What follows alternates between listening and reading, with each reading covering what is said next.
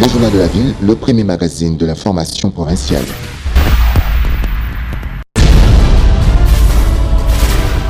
Tout de suite, le journal.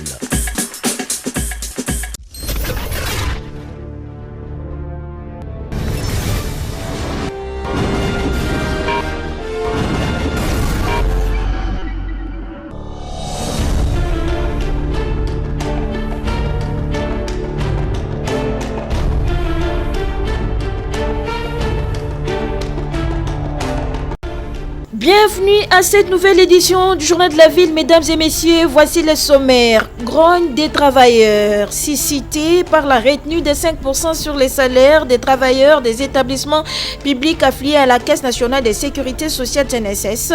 L'intersyndicale nationale du Congo INC apaise les esprits et rassure. Cette retenue y va de leur intérêt. En réponse de la conférence de presse du président de la République Félix-Antoine Tshisekedi devant la presse ce vendredi, l'opposant congolais Martin Fayulu s'oppose contre tout projet d'un troisième mandat présidentiel en République démocratique du Congo et accuse Félix-Antoine Tshisekedi de souffler sur les chauds et les froids. Les leaders de la Mouka dénoncent ce qu'ils qualifient d'un coup d'État constitutionnel. L'affaire des présumés abus sexuels au lycée Madame Sévigné, établissement de l'ancien ministre Willy Bakonga, le ministre provincial de l'éducation auditionné à ces sujets. Il répondait à la question d'actualité initiée par le député provincial Martyr Diabanza Mwananene qui rassure qu'une enquête approfondie sera menée. C'est tout pour les sommaires. Mesdames et messieurs, encore une fois, bienvenue dans ce journal. Le journal de la ville, le premier magazine de l'information provinciale.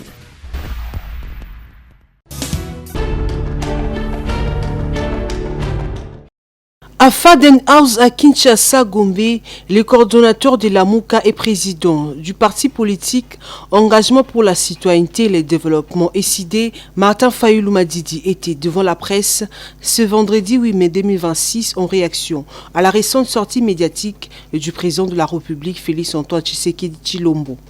Fayulu dénonce une tentative de contourner ce que la Constitution de la République a rendu tangible avec la proposition de loi fixant sur l'organisation du référendum. Pour lui, il s'agit d'une tentative de légalisation d'un coup d'État. Félix Tshisekedi n'aura pas un troisième mandat. Il n'est pas plus fort que le peuple. L'opposant Martin Fayulu promet de mobiliser le peuple pour barrer la route à un glissement. Alingate Akokende. Mais j'avais dit à Kabila, avec lui Tshisekedi, ensemble, nous nous sommes battus. On a dit à Kabila, la ligne rouge, c'est le troisième mandat. Vous n'aurez pas. Tshisekedi n'aura pas. Parce qu'il n'est pas plus fort que le peuple congolais. Après Dieu, c'est le peuple. Et ce peuple a décidé que jamais il y aura quelqu'un dans ce pays qui fera un troisième mandat. Alors, comment lui, il vient défier tout le peuple? Il est plus puissant que le peuple. C'est pour ça que j'ai dit à la fin de mon texte qu'il se ravise, qu'il utilise la sagesse africaine, qu'il demande à ses pasteurs ou à ses conseillers quelle attitude prendre. J'ai vu aussi qu'il s'est excusé quand il a parlé d'escarmouche. Mais l'occasion qui lui est donnée de s'excuser, de dire tout ce que j'ai tenté, c'est que Nzambe limbi sangai, peuple bo limbi sangai. Je l'ai fait parce que zangi ko zanga koyeba. Et puis, nous allons mobiliser le peuple. Le peuple m'entend. Quand je vous dis que peuple, lobby a lingate à Kokende, nous allons mobiliser et je serai devant le peuple congolais pour barrer la route à M. Félix Tshisekedi pour son troisième mandat.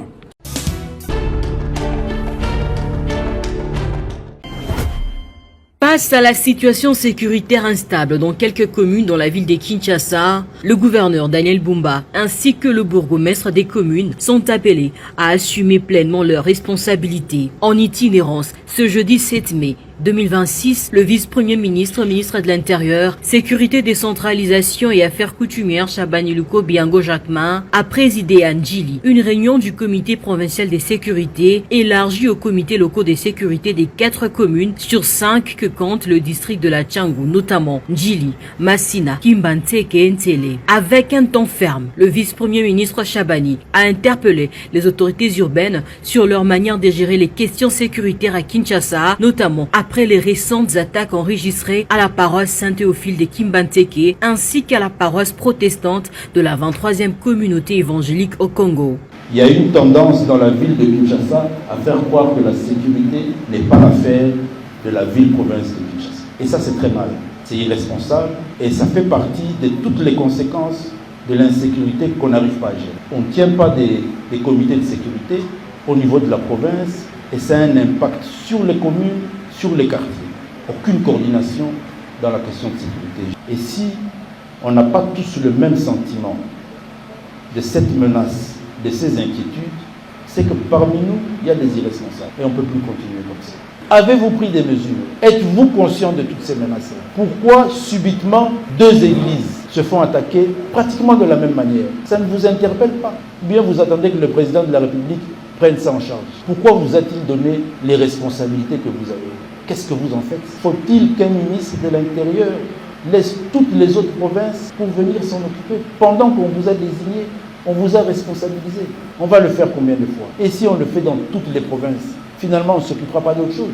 Finalement, on ne fera que cela. À cette occasion, il a rappelé, conformément au texte en vigueur, les champs d'action de chaque animateur des entités territoriales, chefs des rues, chefs des quartiers, bourgmestres et gouverneurs des villes. Les bourgmestres des communes du district de la Tchangou ont pour leur part confirmé au vice-premier ministre qu'ils transmettent régulièrement leur rapport au gouverneur de la ville. Le rapport a été déjà fait au niveau de l'autorité urbaine. Nous avons déjà introduit notre rapport et nous étions aussi saisi notre ministre provincial de l'Intérieur pour nous tenir informés de la situation.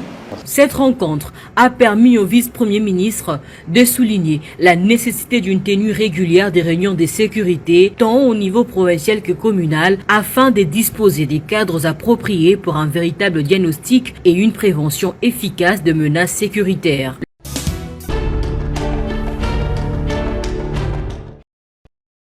Face aux inquiétudes exprimées par les travailleurs des établissements publics affiliés à la Caisse nationale de sécurité sociale CNSS concernant la retenue des 5% sur leur salaire, l'intersyndicale nationale du Congo INC appelle à l'apaisement et rassure.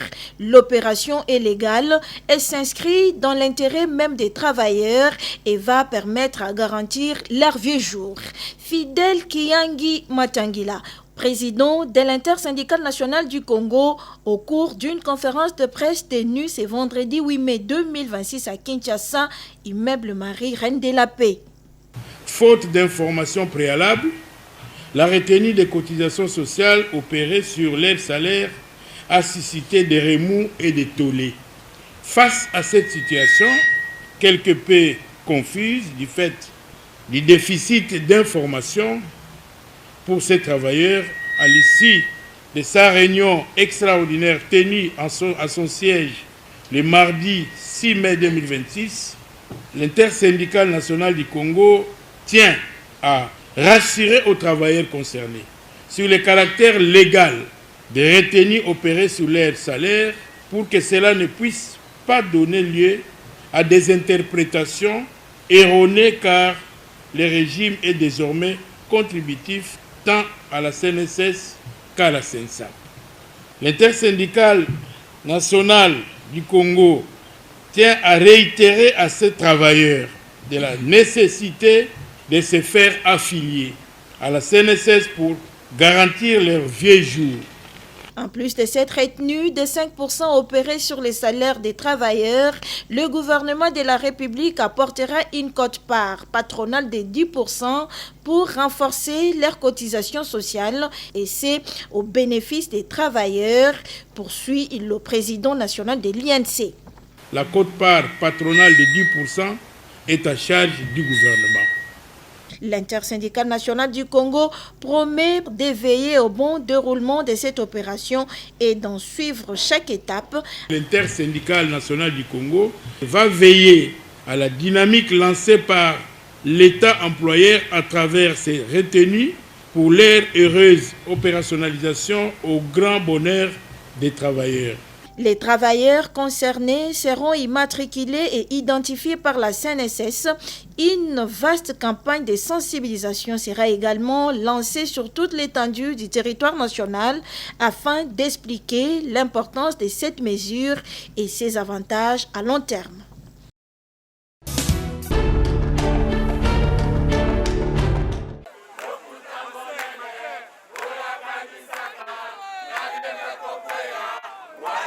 Les agents et cadres, médecins et infirmiers de la clinique Ngaliema se sont retrouvés en sit-in devant les bâtiments des médecins de leur institution sanitaire ce vendredi 8 mai 2026 sur boulevard Tchachi à Gombe.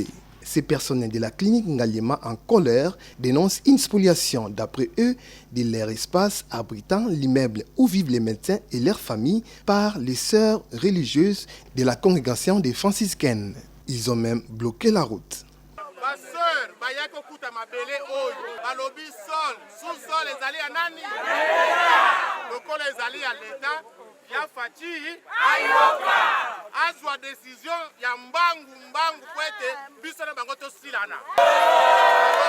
Selon les informations recueillies sur place, les sœurs religieuses veulent prendre l'espace où est érigé ces bâtiments de médecins construits depuis 1974 par l'État congolais pour les comptes de l'hôpital afin d'en faire leur propriété. Dr Roger Kongominga est le médecin directeur de la clinique Ngaliema. Nous nous retrouvons dans un état où nous sommes spoliés par les sœurs religieuses franciscaines qui habitent à côté de notre hôpital. Nous sommes un hôpital centenaire parce qu'en 2027, cet hôpital va totaliser 100 ans. Nous ne comprenons pas pourquoi aujourd'hui, ce bâtiment qui a été construit en 1974, où les coopérants belges ont habité comme le premier occupant et qui ont cédé ce bâtiment à la clinique Ngaliema, et tout le monde sait que ce bâtiment appartient à la clinique Ngaliema, construit par l'État congolais. Aucune sœur religieuse n'a habité le bâtiment. L'histoire est claire. Je me rappelle, alors que notre institution était encore reine Elisabeth, la reine avait cherché quelle est la congrégation qui peut se rapprocher de l'hôpital pour effectivement s'occuper de certaines activités au sein de notre hôpital. Et ce sont les sœurs franciscaines qui avaient été choisies, et le gouverneur de son temps avait donné un lopin de terre de 1 hectare. C'est juste la partie qu'occupe le couvent de sœurs religieuses. À notre grande surprise, nous sommes rendus compte que les sœurs religieuses se sont fait fabriquer un certificat d'enregistrement englobant ou mettant à son sein l'immeuble de médecins. Mais cette instruction est en justice avec nos avocats conseils. Ils entrent dans la partie qui est en conflit, commencent à couper les arbres.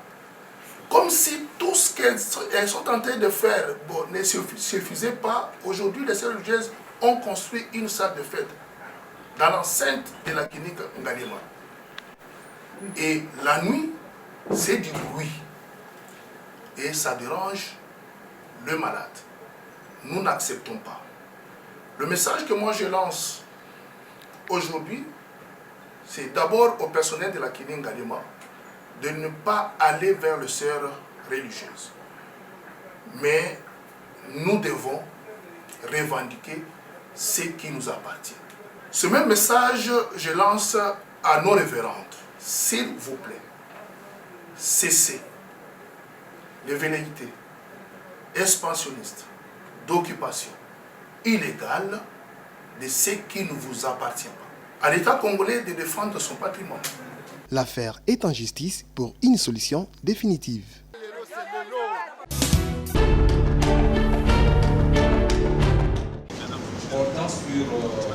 Sur instruction du directeur général de la Société nationale d'électricité SNEL SA, le professeur Teddy Luamba-Mouba, le directeur des distributions de Kinshasa, a convoqué une réunion d'évaluation qui a connu la participation de toutes les directions de réseau de distribution de Kinshasa ainsi que tous les responsables des centres de vente de Kinshasa. Au centre de cette réunion, le rappel à l'exigence de l'efficacité dans la distribution de l'énergie électrique.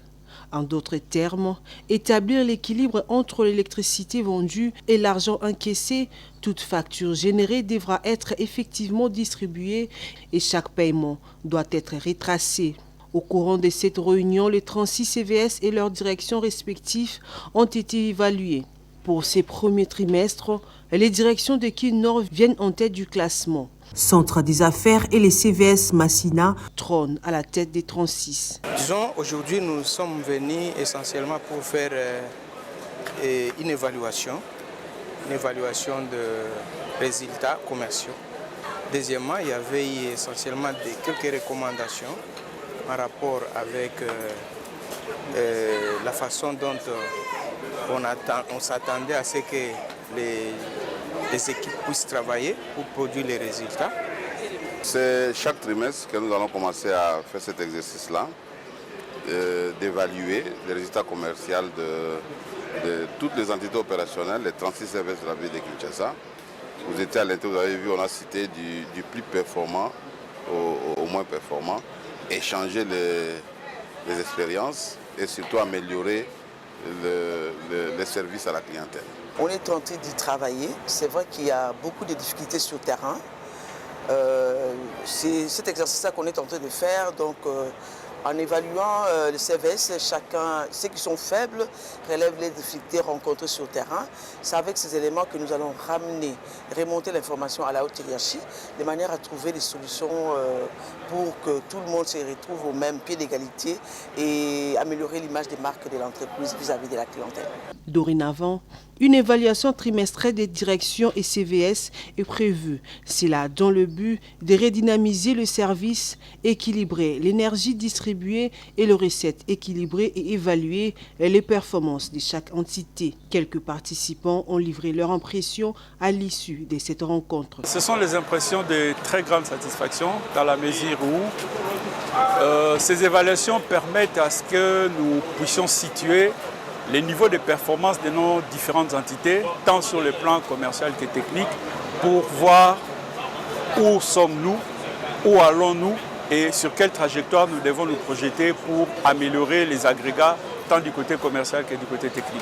Oui, personnellement, j'ai apprécié l'initiative de DCK, DDK pour nous évaluer chaque trimestre et puis ça va nous booster pour être plus performants.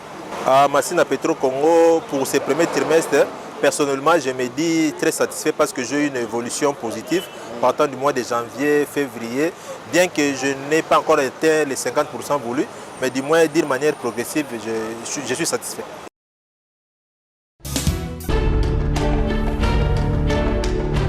On doit connaître le produit de la banque.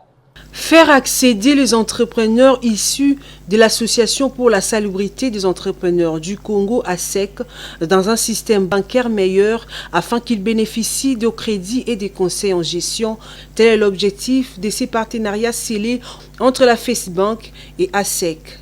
Une coopération dédiée aux solutions financières et opportunités axée sur plusieurs interventions, entre autres l'inclusion financière, auto-emploi et entrepreneuriat, ainsi que l'accompagnement des entrepreneurs. La volonté de la FESBank est de se rapprocher davantage des entrepreneurs, connaître leurs besoins afin de les apporter des solutions adaptées. Notre présence ici traduit notre volonté de nous rapprocher davantage des entrepreneurs, des PME, des entreprises ainsi que des porteurs d'affaires afin de mieux comprendre vos besoins et également vous apporter des solutions adaptées. À travers cette rencontre, nous aurons l'occasion de vous présenter nos solutions, nos produits et services, notamment les solutions de financement, nos solutions digitales plutôt, les services de transfert et le produit d'épargne. Emmanuel Linfou, président de l'Association des entrepreneurs du Congo ASEC, circonscrit l'événement. L'objectif de cette manifestation, c'était juste de faire accéder les entrepreneurs que nous gérons au sein de l'association, le faire inclure dans un système bancaire, finalement pour bénéficier des crédits et des conseils en gestion. La banque nous a présenté les produits que nous avions beaucoup appréciés. Moi, en tant que M. Emmanuel, mais aussi tous les entrepreneurs ont apprécié les produits de la banque, les services aussi. Donc, nous sommes vraiment très pressés à pouvoir collaborer avec la banque pour la croissance de nos entreprises. Ensemble pour bâtir l'avenir entrepreneurial du Congo, vous d'abord et le cheval de bataille des ASEC.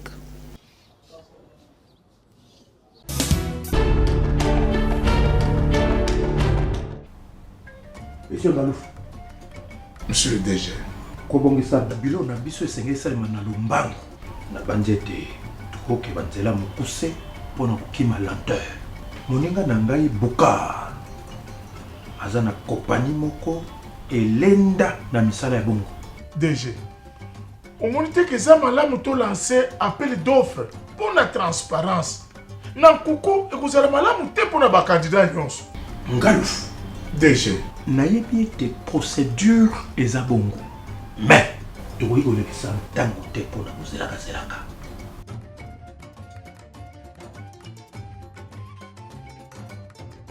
Madesu ya bana yango.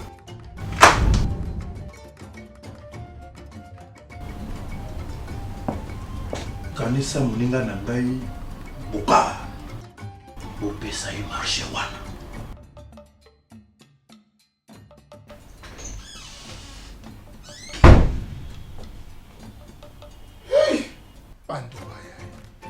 Nasala nini kozwa mbongo oyo eza kobebisa lokumu na ngai. Soki na boye bakolongola ngai na mosala. Soki na ndimi na trahir principe ya égalité ya traitement ya badossier. Il faut toujours apporter les faux.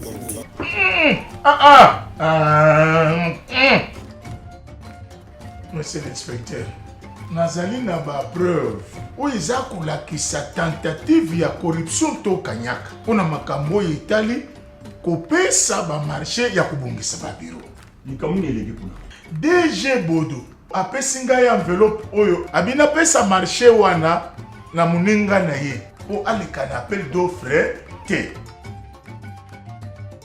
Pe naza na bamessage na audio oyo tosololaki na ye. Nakoki kokosela ye te ekozala lokola preuve. Monsieur Ngalfar, merci pour l'encouragement. Tolandela likambo yango. Esengeli moto nyonso atosa mibeko pour la transparence na mamatali bopesi marché public. Kaki!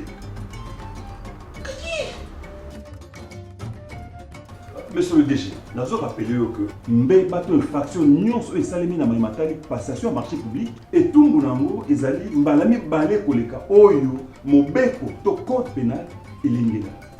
Nakoki kolokela yo quelque chose. Bongo okonombre ngai keba na mayenyo sokoloba pour ekoyindisa dossier là. Le dossier nous allons fixer dans le tribunal au kende kosamba kuna. Monsieur agent, memaya.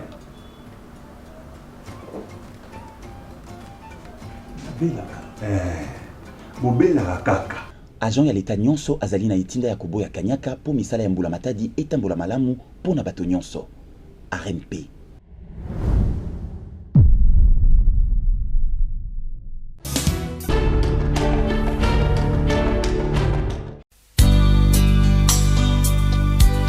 La famille Moulumbu Voudissa a la profonde douleur d'annoncer aux amis et connaissances le décès de Yanso Moulumbu Voudissa Constant, mort survenu le 25 avril 2026. Le programme des obsèques se présente de la manière suivante. Dimanche 10 mai 2026, 20h mise en place, 21h prélude, musique religieuse, 23h à 23h30 prédication, 23h30 à minuit témoignage. Lundi 11 mai 2026, de minuit à minuit 30, le dépôt des gerbes des fleurs accompagné des musiques religieuses. Minuit 30 à 1h30, continuité de la musique religieuse avec les artistes gospel. 1h30 à 5h juste, musique folklorique. 5h juste, mot de protocole. 9h juste, lever du corps à la mort de Ngiringiri. À 9h30, exposition à la salle polyvalente La Fontaine. À 9h35, prière d'ouverture. 9h35 à 10h juste, prédication. 10h juste à 10h15, dépôt des gerbes des fleurs. 10h15 à 10h20, biographie. Et 10h20 à 10h30, mot de la famille. 10h30, prière et départ pour les cimetières La Sagesse Antillée. Ces communiqués tient lieu de faire part.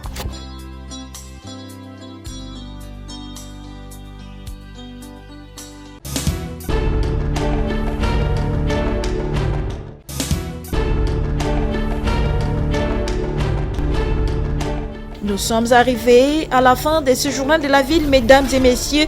Merci de l'avoir suivi. Le prochain rendez-vous est fixé pour ce samedi et d'ici là, portez-vous bien.